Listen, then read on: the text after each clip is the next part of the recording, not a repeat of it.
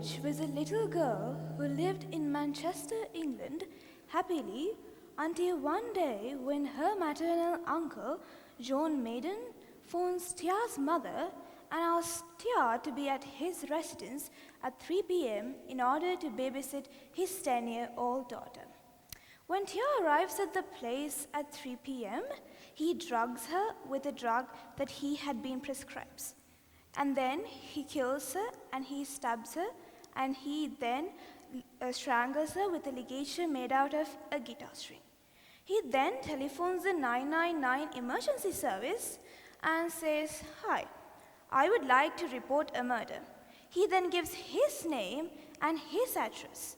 And when the reporters ask what had happened, he then says, "My niece was murdered by me, and I would like to say that that had happened just now, and I have finished the killing just now."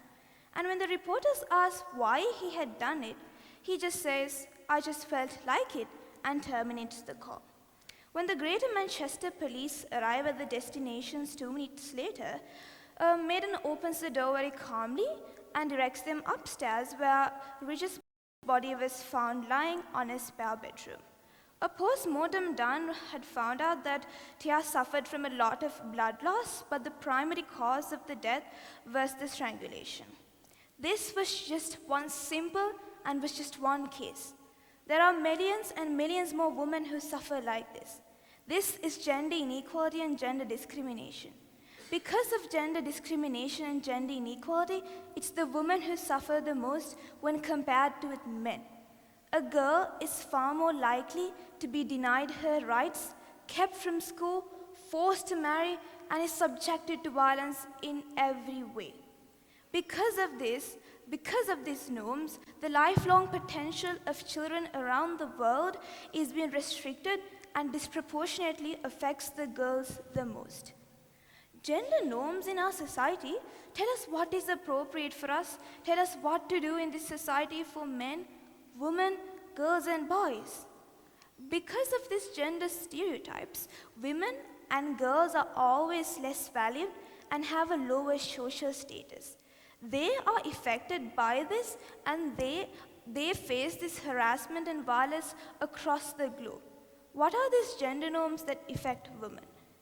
Since the ancient times, it were the men who went out for work, did a job, and basically earned a living, while women stayed home taking care of children and did the housework.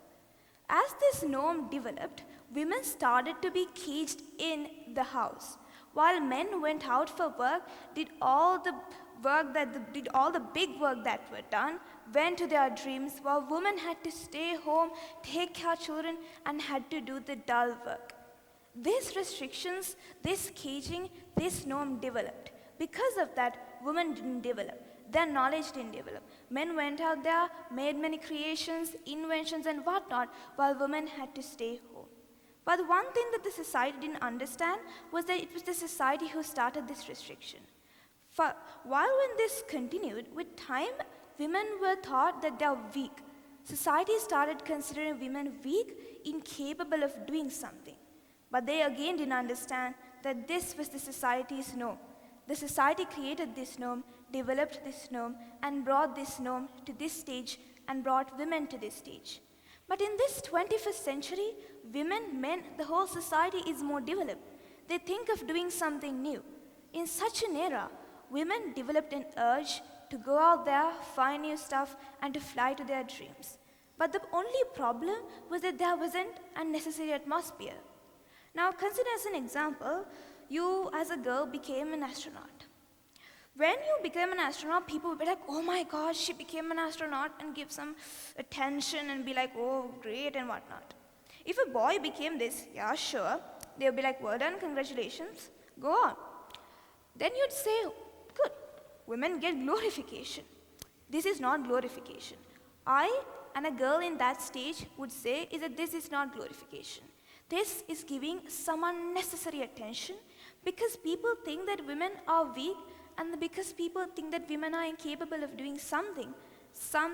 And when a woman goes out there and out of all ideas with many harassments, violence, and very hard work, when they go out there and do something, people think that this is so great because there's an idea that women are weak and incapable in this society.